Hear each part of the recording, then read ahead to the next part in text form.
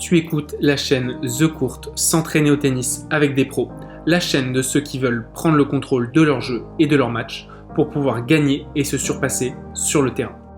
J'invite chaque semaine des acteurs du tennis en France, joueurs, entrepreneurs, coachs. Viens discuter avec nous, je diffuse un épisode chaque dimanche matin. Et n'oublie pas de t'abonner à la chaîne pour ne rien manquer. Dans cet épisode, je pars à la rencontre d'Émilie Loy qui a été numéro 27 WTA. Émilie a également gagné les championnats de France en 17-18 ans.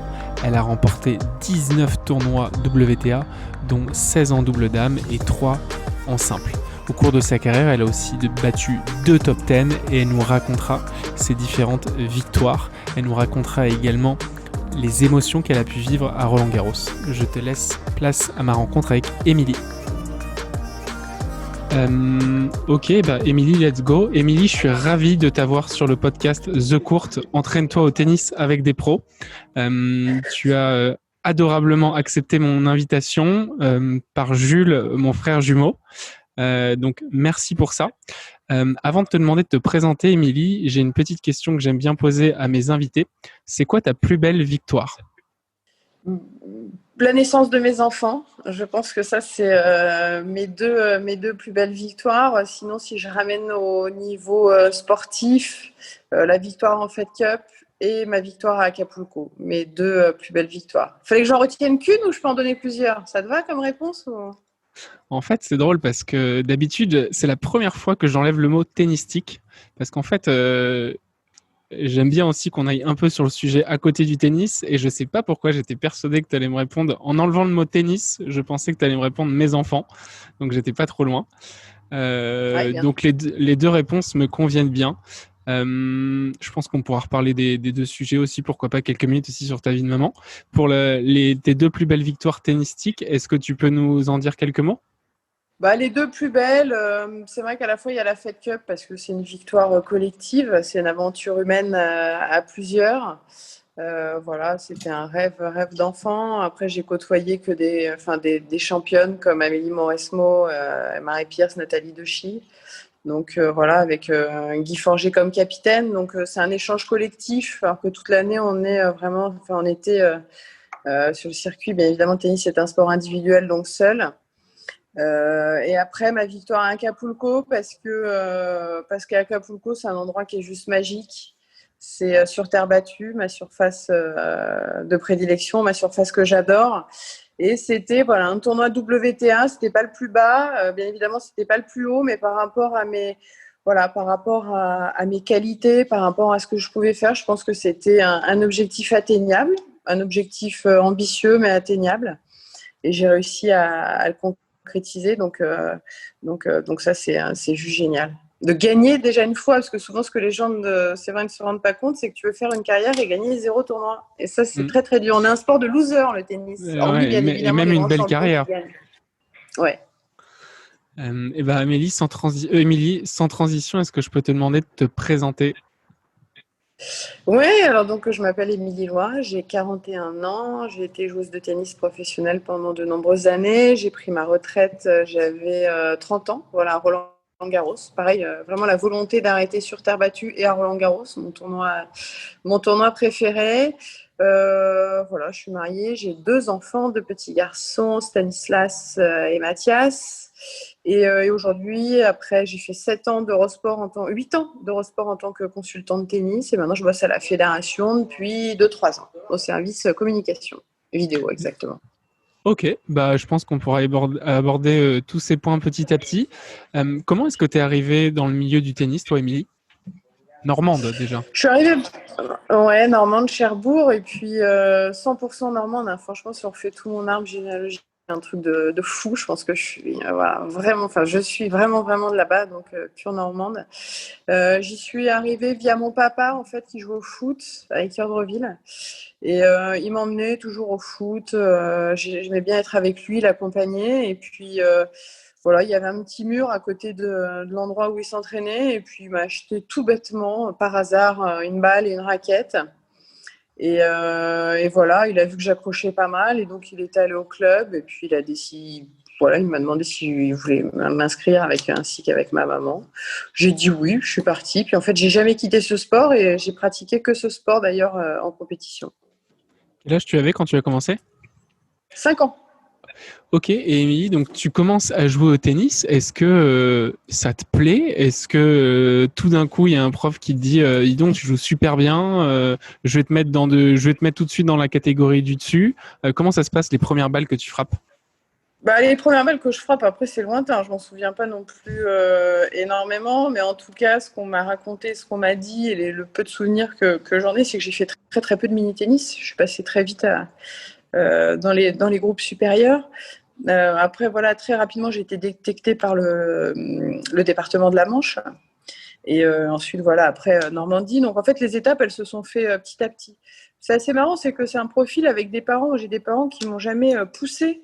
J'ai vraiment des parents supporters qui m'ont toujours, par contre, qui ont pris bien évidemment le temps pour m'accompagner parce que quand on est à Cherbourg, quand on est exilé comme ça, assez loin, très vite, il faut faire beaucoup de kilomètres pour faire des tournois. Mhm. Donc voilà un petit peu comment c'est parti, mais c'est vraiment parti avec ouais, passion, joie de jouer énormément et pas de jamais j'ai dit, alors peut-être que ça m'a peut-être freiné dans ma progression, mais jamais j'ai voulu être professionnelle en disant D'accord. voilà, je vais être pro, je vais jouer Roland Garros. Je regardais pas du tout le tennis à la télé. Et voilà, j'ai gravi les étapes vraiment petit à petit, step by step, et puis voilà, ça a donné ce que ça a donné. À quel moment justement tu commences à te dire bah, j'ai un bon niveau, on me dit que j'ai un bon niveau, et bah, peut-être que justement j'ai envie de passer pro un jour, où j'ai envie d'atteindre le haut niveau au tennis. Il y a un moment où tu commences à te le dire quand même, ou c'est finalement vraiment tellement step by step que c'est quasi au dernier moment? Je me le suis dit, en fait, quand je me suis fait renvoyer de l'INSEP, j'avais 16 ans, donc je rentrais en première.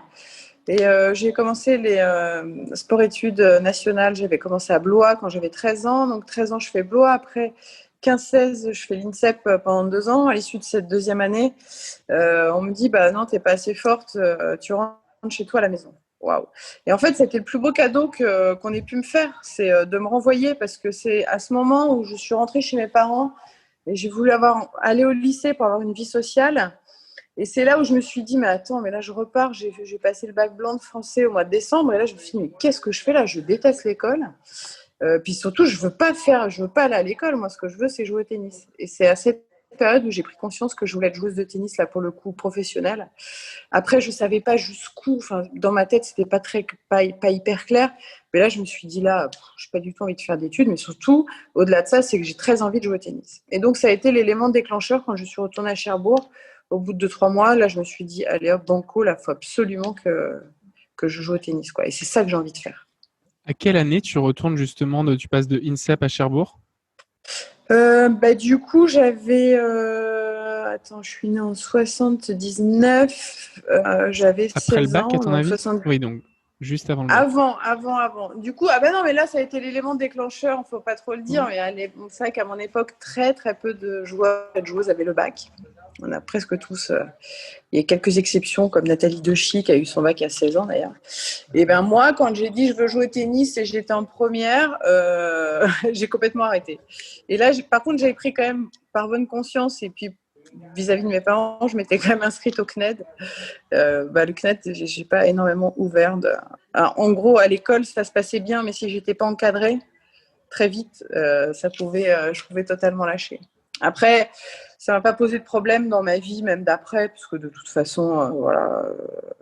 Effectivement, il faut avoir le bac. Attention, le message que je veux faire passer, c'est Et je avoir l'ai le pas bac. eu moi.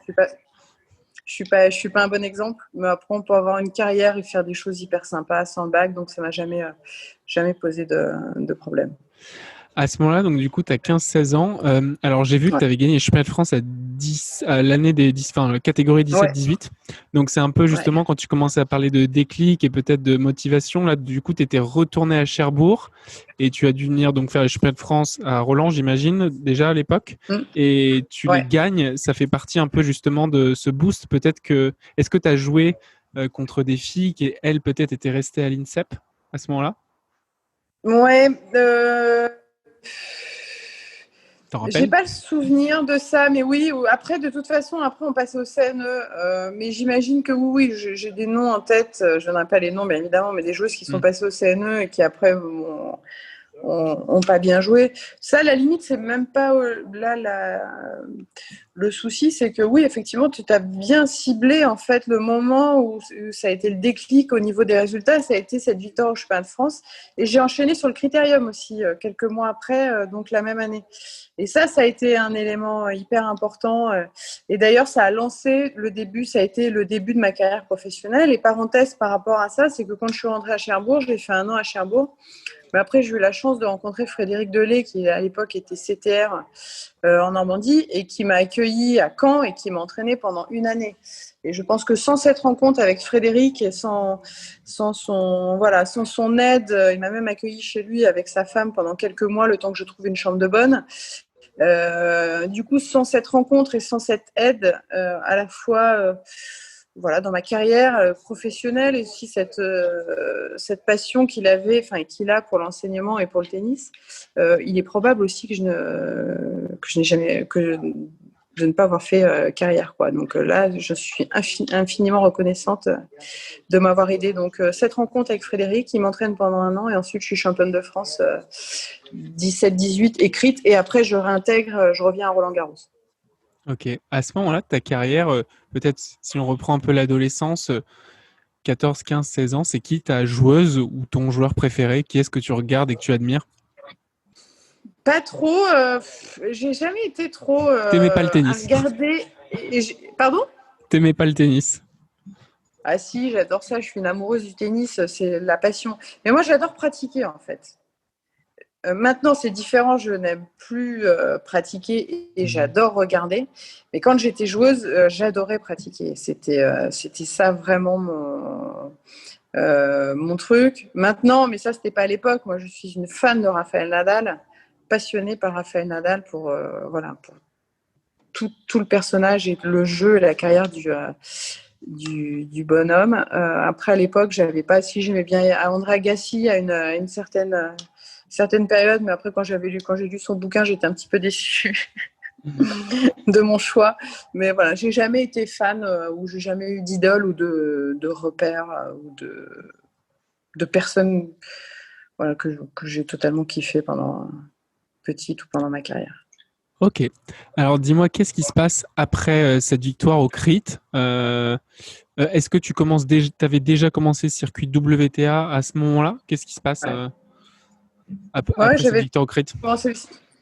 J'avais déjà commencé le circuit WTA, ITF surtout, par rapport au tournoi ITF, ce qui équivaut au Challenger chez les garçons.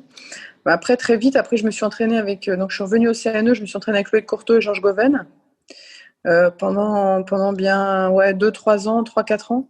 Et là, j'ai fait 8e quand j'avais 19 ans, 19-20 ans. En 99, je fais 8e à l'Open d'Australie où Amélie fait finale. Et donc énorme. là, je rentre assez tôt. Là, je monte 52, donc je rentre dans les 100 à 20 ans. Et avant, voilà, je suis 200, 150, ça va très, très vite. Ouais, ça va effectivement super vite parce que là, même dans la chronologie où j'avais plein de questions à te poser, il me semblait qu'il y aurait quand même un temps entre, je sais pas, le moment où tu rentres dans les 1000, après cette victoire du CRIT et le fameux cap des 100. Donc là, tu rentres super vite dans les 100. Ouais, il y a eu un temps de, je dirais, deux petites années. Ok. Voilà, parce qu'on commence le circuit ITF, on a 16 ans, quand même, 16-17 ans. En général, ça va quand même assez vite. Sur une progression, on va dire, après, personne n'est pareil, mais sur une progression assez linéaire. C'est vrai que maintenant, ça prend un petit peu plus de temps, c'est plus lent. Mais à l'époque, voilà, c'est comme ça que... Même maintenant, les joueurs et les joueuses qui jouent bien, c'est quoi? C'est 1 an ou 2 sur le circuit secondaire, si on peut l'appeler comme ça. Et après, ça file vers le circuit mondial. En général, c'est comme ça. Il y a peu de gens quand même, enfin, il y en a, hein, mais qui restent pendant 6-7 ans. T'es 6-7 ans, 200, tu vois, il y a un moment donné, c'est qu'il y a quand même un truc qui bug, quoi. Stéphane Robert, un bon exemple de quelqu'un qui est resté beaucoup de temps sur le second circuit et qui est déclenché très tard. Et chez les filles, je trouve que c'est encore plus impressionnant, celles qui grappillent assez vite. Généralement, où je me trompe? Je trouve que Ouais, ça va mais encore même plus chez les vite chez les garçons, filles. là, il y a quelques exemples, ça va quand même assez vite, hein. Quand on prend Léo G. Aliassime, enfin, il Hmm. y a plein de noms là de jeunes, ça va très très vite. Et c'est vrai que voilà. Après, il y a toujours des exceptions. Moi, j'ai un exemple que tu ne connais pas, mais Céline Becbéder à l'époque, c'est une histoire qui m'a toujours marqué, qui est totalement fantastique, qui était secrétaire au BO et OBO, qui faisait des tournois France au BO, au Biarritz Olympique, ok. au tennis. Et elle faisait les tournois français, etc. Elle jouait bien. D'ailleurs, je l'avais jouée en demi ou en finale du CRIT. Donc voilà, c'était une bonne joueuse française et qui décide quand même de faire des tournois et elle est rentrée dans les 100. Alors, elle n'est pas restée Énorme. longtemps, mais c'est une histoire qui est juste exceptionnelle. Et ça, c'est des histoires qui sont incroyables. Est-ce que tu te rappelles de ton premier Roland-Garros? Ouais, ouais, je m'en souviens bien. J'avais d'ailleurs, tiens, Roland Garros, mon premier, quel âge j'avais? Je crois que j'avais 16 ans. J'avais une wildcard. J'étais la plus mal classée. D'ailleurs, ça me donne un repère. J'étais 550, il me semble. Ok, J'étais la plus mal classée. Tirage au sort et je joue Conchita Martinez, troisième mondiale sur le cours numéro 2. énorme. Et là, je me dis, purée, le tirage au sort de fou. Voilà. Et je m'étais plutôt bien démerdée parce que j'avais fait 3-7 et j'avais fait un super match. J'avais fait un super match sur le cours numéro 2 qui d'ailleurs était en fait, c'est pour ça que j'aime beaucoup, maintenant il n'y a plus, mais j'ai toujours milité sur le fait qu'il y ait les championnats de France jeunes, adultes, CRIT à Roland-Garros, parce que moi j'avais cette expérience justement sur le cours numéro 2 du Critérium, du championnat de France. Donc quand je suis arrivée sur ce cours, j'avais quand même voilà, j'arrivais pas sur un cours étranger, j'avais déjà joué sur ce cours que j'aimais énormément. Donc je pense que ça a été un plus aussi pour aborder ce match qui restera un super souvenir. Et petite parenthèse, Conchita Martinez, mes victoires sur des joueuses du top 10, elle en fait partie 2 fois. C'était mon pigeon, j'adorais la jouer. Alors bien évidemment, j'ai battu très peu de top 10, j'ai dû battre... il y avait Chanda Rubin une fois. Ouais. J'ai pas le nombre et je pense que c'est 3 Je crois avec qu'elle était numéro Conchita. 8, j'ai vu. Ouais. Et Conchita 2 fois. J'adorais la jouer, c'était fantastique. Je me sentais hyper forte face à elle. Tu sais, t'as des joueuses comme ça. Alors justement, parenthèse un peu tactique, pourquoi est-ce que tu aimais jouer cette joueuse? Qu'est-ce qu'elle fait? Donc j'imagine que toi peut-être ton jeu de gauchère, pardon, a fait Ouais. que tu as pu la gêner un peu. Ouais, mais déjà, j'aimais bien son jeu. Moi, je détestais être agressée. Donc la balle arrive vite. Donc elle joue pas très vite, Conchita. Donc ça, c'était super bien. Moi, je slice, elle slice. Donc en général, quand on slice, on gêne énormément les joueuses qui frappent fort et qui n'arrivent pas à négocier ce genre de coups. Moi, ça me posait aucun problème. Et voilà, j'adorais. Moi, petit gabarit, je fais 1m67, donc je suis vraiment petite. Et physiquement, à chaque fois que je l'ai joué, je me sentais hyper bien. J'ai l'impression d'une couverture de terrain vraiment incroyable. Et à partir du moment où je pense que la première fois j'ai fait 3-7, j'étais très très mal classée. Je me suis dit, tiens, c'est vraiment une joueuse avec le profil que j'aime. Moi, j'étais gauchère, en plus, avec mon coup droit sortant, j'arrivais sur son revers slicé. Ça me pose aucun problème, je pouvais monter à contre-temps. Après, je pouvais faire tous mes décalages coup droit. Enfin, j'adorais, quoi. J'adorais. C'était vraiment le profil de joueuse fabuleux. C'était fantastique, parce qu'elle a une carrière qui est incroyable, qui est bien évidemment pas comparable avec la mienne. Et à chaque fois que je la jouais, je ne sais pas pourquoi je me sentais forte. Ça m'arrivait jamais. Et face à elle, je me sentais gonflée à bloc. C'était Est-ce fabuleux. que tu penses que elle avait du coup peut-être peur de te jouer? Ouais, je pense que ouais, elle devait se dire quand je la joue, c'est pas normalement. Des joueuses comme moi à mon classement, pour elle, je dis pas que c'est une formalité, mais voilà, t'es favorite, tu gagnes. Et oui, je pense que forcément ça a dû jouer parce que je la bats 2 fois. J'ai battu à Acapulco. Ouais, non, c'est la joueuse. Puis la jouer sur terre, c'était fantastique. Hein. Pour moi, C'est c'était ce genre génial. de match, je trouve, où finalement les classes, il y a certains matchs quand même où le classement et le ranking des joueurs, d'ailleurs, que ce soit à ce niveau-là ou même, je sais pas, à 15-3, 30, il y a des joueurs ou joueuses qu'on aime bien jouer. Et en fait, peu importe ce qui s'est déjà passé ou les classements ou les résultats des uns et des autres avant, on se sent bien, ou des joueurs où on se sent totalement mal et qu'on sait que c'est chiant d'aller les battre, quoi. Ouais, non, c'est exactement ça. ne voit pas en fait la différence sur un match, mais la différence entre eux, on va dire les champions et les autres, c'est quand même la régularité à ce niveau-là pendant toute une année et pendant plusieurs années. C'est ce qui fait la différence. Parce qu'après, faire un coup d'éclat sur un match ou deux, ça c'est possible. On l'a vu, on le reverra, ça pose pas de problème.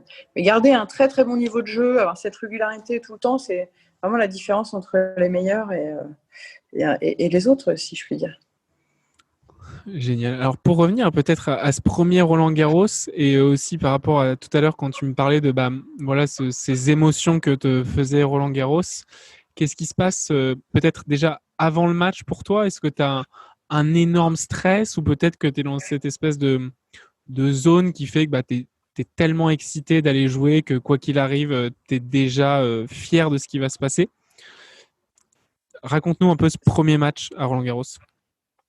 C'est hyper angoissant, Roland-Garros. C'est beaucoup plus angoissant, enfin en tout cas pour moi, que les autres tournois du Grand Chelem. Même si un tournoi du Grand Chelem, c'est un tournoi qui est à part. Mais si je prends Roland-Garros, c'est un tournoi qui est encore plus à part. On le voit même sur certaines prestations. Même j'ai toujours fait, ça a été mon meilleur tournoi.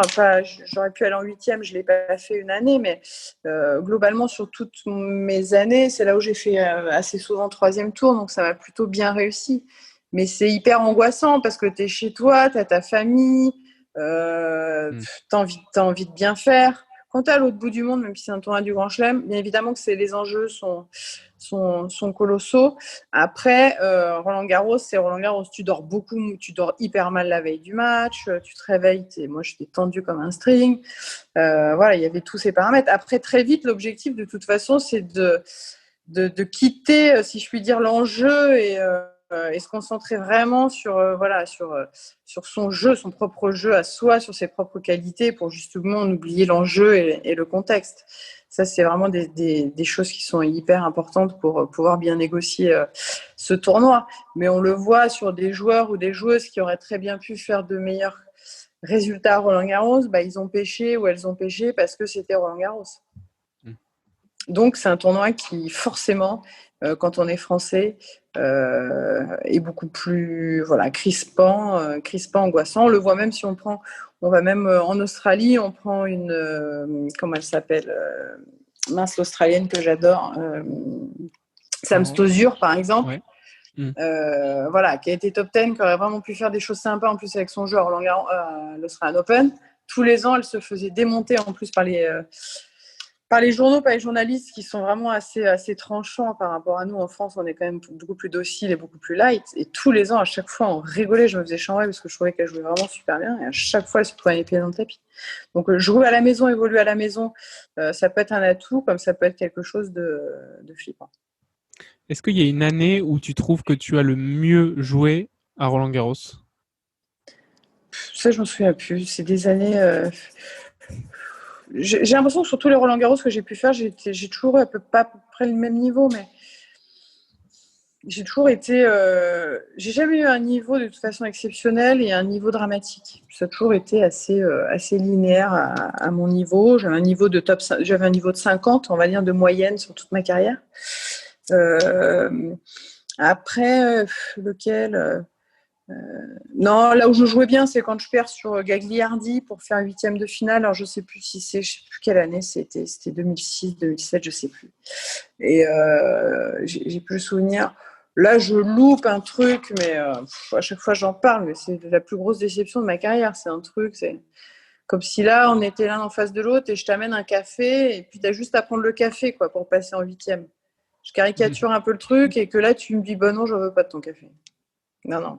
Alors que c'est le café que t'aimes bien, que c'était un peu dommage ça. Et ça, au niveau de la gestion des émotions, au niveau de pas mal de choses, j'ai été dramatique et ça m'a coûté le 8e. Après voilà, j'ai fait d'autres choses qui ont été sympas et notamment, comme je l'ai dit tout à l'heure, Acapulco. Et donc du coup, mais c'est vrai que ça a été mon moment de déception. Bon, maintenant je l'oublie, hein, je te rassure. J'imagine que ça t'a aidé pour la suite. Et justement, ce Acapulco, donc tu vas au bout du tournoi. Est-ce que tu avais déjà fait d'autres finales avant en tournoi ? Oui, j'en avais fait. J'en ai fait 2 avant. 2 avant. J'ai fait 3 finales, j'ai toutes les 3 gagnées. Ok. Je ramène ma crête, c'est mon seul truc où j'ai le melon bien là-dessus. joué. Cette victoire à Acapulco, qui est pour toi, tu m'as dit, la plus belle, comment ça se passe au fil des matchs? Est-ce que tu sens que tu as une carte à jouer? Évidemment, je connais pas le tableau. Est-ce que toi, quand je sais pas, au début du tournoi, tu te dis, OK, j'ai une carte à jouer, ou ça va être un gros tournoi, il va falloir se battre pour évidemment aller chercher toutes les joueuses en face? Est-ce que j'imagine que tu prends peut-être les match par match et que tu commences à dire qu'il y a une possibilité plus tu avances dans le tableau? Ouais, non, toujours match par match. On regarde le premier tour et après on y va. Je commence à regarder un petit peu ce qui peut se passer en quart, en demi, en finale et tout. Il y a trop de paramètres en plus extérieurs qui peuvent rentrer en jeu. Il fait hyper chaud là-bas, c'est très très humide. C'est pareil, ça c'est des conditions que j'aimais beaucoup. Mais donc du coup, t'es quand même voilà, tu peux avoir quand même pas mal de fatigue. Les matchs peuvent être longs, donc il y a aussi tout ce qui est récupération. Donc il y a tous ces paramètres. Et puis je me souviens par contre de ma finale où je joue Pennetta. Et là, en fait, je sens que très vite, en fait, elle est pour moi. Ce match, il est pour moi. Il est pour moi. Donc ça, c'était Combien est-ce que top. tu gagnes? Il me semble que c'est 7-5, 6-2. Je sais même plus le score. Il y a plein de moments en fait que je me souviens plus parce que moi, j'ai beaucoup travaillé j'ai fait beaucoup d'hypnose. Pour justement gérer ces émotions, enfin gérer les émotions, gérer les moments de tension et de pression. Donc je fais beaucoup d'hypnose justement pour être encore meilleure. Et je me souviens que la finale à Acapulco, j'avais super bien géré parce que j'étais confiante. Quand tu arrives en finale, c'est qu'en général tu joues plutôt bien au tennis. Et je savais que c'était le tournoi qui me tenait à cœur, mais très très vite j'ai réussi à me détacher totalement de l'enjeu et ça c'était top. Et de me concentrer vraiment sur chaque point avec tout ce qui est respiration et compagnie et tous les petites astuces qu'il y a avec l'hypnose. Et donc ça, c'était top. Donc à la fin, même quand j'ai gagné, ça, le score, juste après, parfois, tu l'oublies complet. Tu dois faire un débrief. Le débrief, parfois, ça peut être assez light, parce qu'il y a plein de moments qui te reviennent après, mais donc tu as complètement occulté pendant le match. Donc, c'est assez étonnant comme truc. Comment est-ce que tu penses que l'hypnose peut aider les joueurs et joueuses de tennis? Déjà, il faut avoir l'envie et penser que ça peut te faire du bien. Déjà, dans un premier temps, c'est de le tester. De te dire, tiens, comment ça se passe comment se passe une séance d'hypnose. Déjà, la première chose. Donc, comme toute chose, il ne faut pas forcer les gens à aller faire quelque chose contre leur gré, parce que très souvent, à mon avis, ça ne marche pas. Après, pour moi, c'est quelque chose de fantastique. J'en fais encore aujourd'hui pour différentes choses, différents moments de vie que tu as l'impression que tu gères moyennement. Hop, petite séance d'hypnose et puis ça repart. Moi, je pense que c'est quelque chose. Moi, je trouve ça fabuleux. Après, ce qui m'énerve, c'est quand je vois je crois que c'est un peu disparu, mais ces espèces d'émissions débiles là sur la 1 où le mec il te touche et hop, tu restes comme ça pendant un quart d'heure. C'est pas ça l'hypnose. Moi, ce que j'aime sur ce côté-là, c'est que tu vas pas voir le psy où tu t'allonges sur le divan et tu parles pendant des heures et des heures, et puis la réponse, il faut que tu la trouves et tout, puis ça prend des années, des mois. Moi, j'ai jamais fait, mais ça m'aurait saoulé. La préparation mentale, etc., je trouve ça hyper long, alors que l'hypnose, oui, ça demande du temps, mais très très vite, tu vois les bienfaits de la chose, et ça c'est top. Travaille beaucoup, oui, c'est tout ce qui est respiration. Après, de te mettre dans un état hypnotique, c'est des trucs qui sont hyper sympas, c'est sain, et je trouve ça ultra efficace. Donc effectivement, si les joueurs ou les joueuses, certains, qui ont envie d'essayer, c'est vraiment quelque chose de top. Par exemple, je vais te donner un exemple concret. Il y a quelques années, sur Eurosport, j'arrive sur le plateau. Ça faisait déjà 2-3 ans que j'étais sur Eurosport. J'aime beaucoup être sur un plateau, ça me plaît bien. J'ai pas de stress particulier, tout ça. Et puis, il y avait des télés tout autour du plateau. Et là, je commence l'émission. On faisait une émission d'1 heure tous les soirs. Et là, je vois les images qui tournent en permanence. Ça bouge à chaque fois. Et là, je me dis, mais putain, je vais avoir le tournis.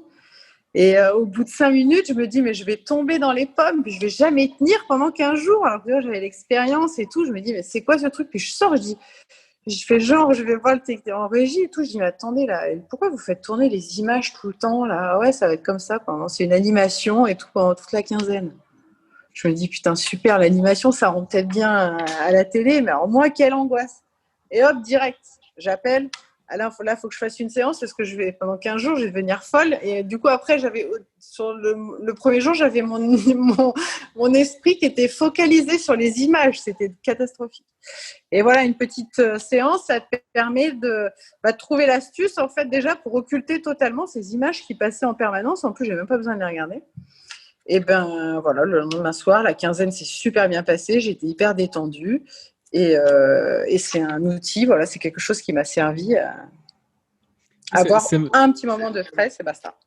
C'est intéressant que tu dises ça parce que j'ai pratiqué aussi à plusieurs reprises l'hypnose et je fais, à mon avis, comme toi, partie des gens pour qui ça a été plutôt assez rapide.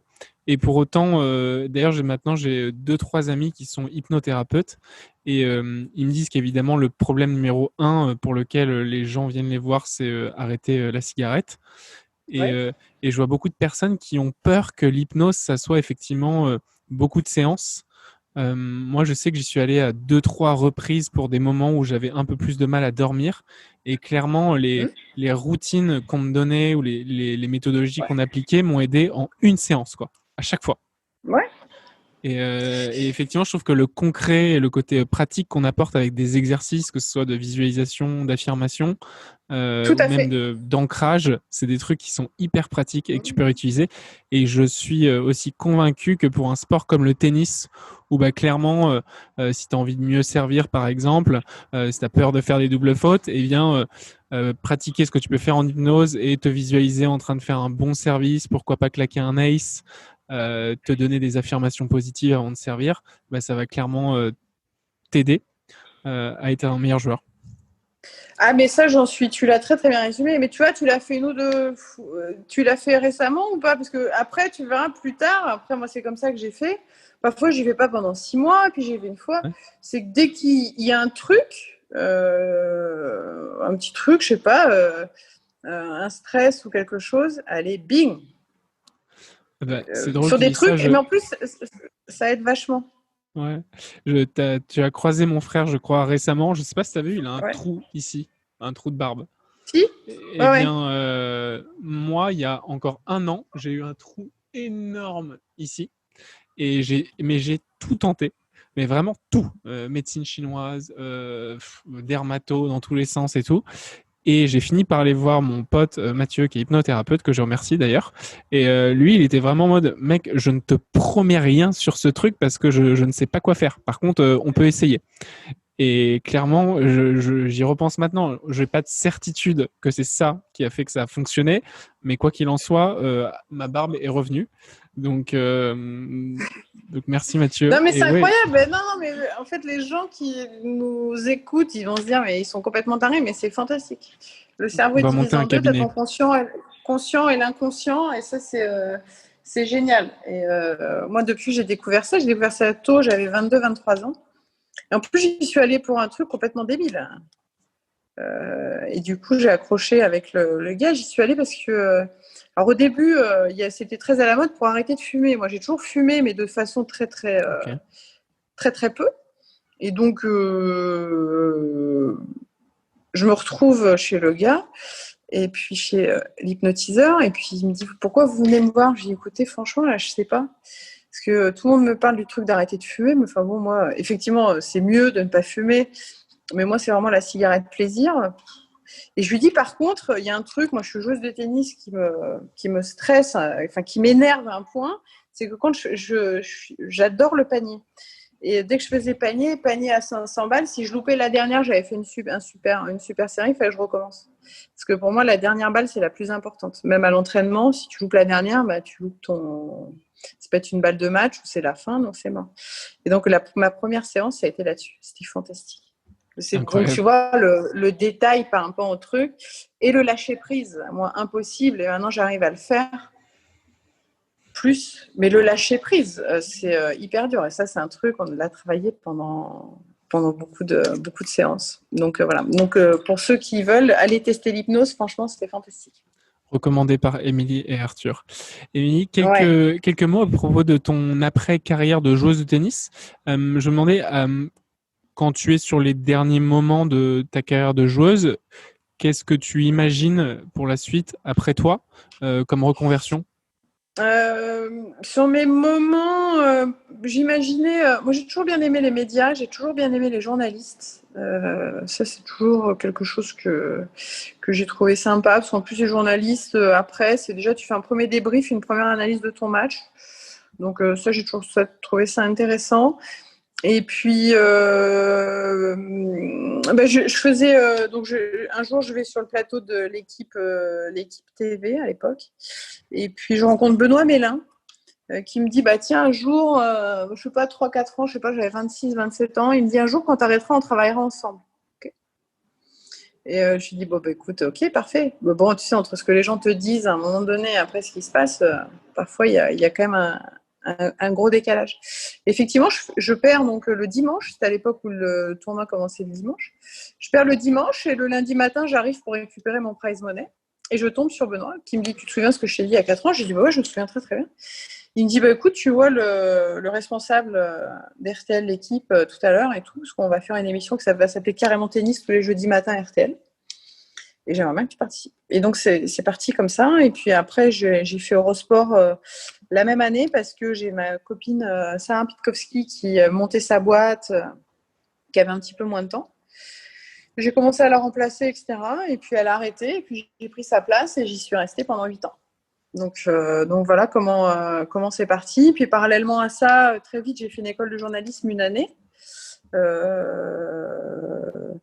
Mon fils est né en 2011. 2011, je me souviens, j'étais enceinte. j'étais enceinte et j'allais à l'école et j'étais avec des jeunes de 21 ans. C'était assez marrant quand même. Il y avait une espèce de décalage. Et ça, j'ai passé une super année. Est-ce Donc qu'ils voilà, savaient que tu avais entre-temps, été j'ai joueuse de fait ça. tennis? Ouais, ils savaient que j'avais été joueuse de tennis. Puis j'ai passé mon BE d'ailleurs, juste après avoir arrêté dans la foulée. Ok. Donc voilà un petit peu comment s'est passée ma reconversion. Et puis Eurosport, ça a été vraiment 8 ans fantastiques. Fantastique, parce que déjà je voyageais aussi, j'allais sur les tournois du Grand Chelem. Donc ça c'était vraiment top, parce que du coup tu vas sur les tournois du Grand Chelem, tu vas sur ce qui se fait de mieux. J'allais à l'US et à l'Open d'Australie, à Melbourne. Donc ça c'était juste fantastique. Et puis Eurosport, c'est une super école. C'est une super école à tout point de vue. Et voilà, j'ai passé 8 ans extraordinaires avec eux. Et maintenant, je suis à la Fédé depuis. J'ai enchaîné sur la Fédé, je sais pas, ça fait 2 ans, 2-3 ans. Alors, comment est-ce que tu es arrivé à la Fédé, justement? Et alors, après, j'ai deux questions aussi pour arriver sur les podcasts que tu gères aujourd'hui. Tu gères Ouais. aussi un podcast pour la Fédé. Donc, est-ce que tu peux nous parler un petit peu de cette relation avec la Fédé et de ce que tu fais aujourd'hui? Alors, ce que je fais aujourd'hui, c'est que le podcast, je le gère pas avec la Fédé. Le podcast, il est personnel. C'est mon hobby perso. Alors, attends, tu parles Tu parles duquel? Alors, j'en ai deux en tête. Moi, j'ai celui où tu fais l'appel d'Émilie. Ah oui, non, ah oui, tu l'appelles le podcast. Ça, Ah l'appel oui, t'as d'Émilie, c'est raison. quelque chose que. Ah d'accord. Non, l'appel d'Émilie, effectivement, ça fait partie de mes missions à la fédération. Et d'ailleurs, j'aimerais que ce soit idéalement quelque chose de récurrent et qui revienne vraiment tout le temps, que c'est quelque chose qu'on a testé en fait pendant le confinement. Et quelque chose que j'aime beaucoup, parce que j'aime bien poser des questions aux gens, je trouve ça intéressant et en fait de les découvrir. Et donc ça, c'est vraiment quelque chose qui me plaît beaucoup et que j'aimerais qu'il perdure et que ça devienne un rendez-vous récurrent toute l'année.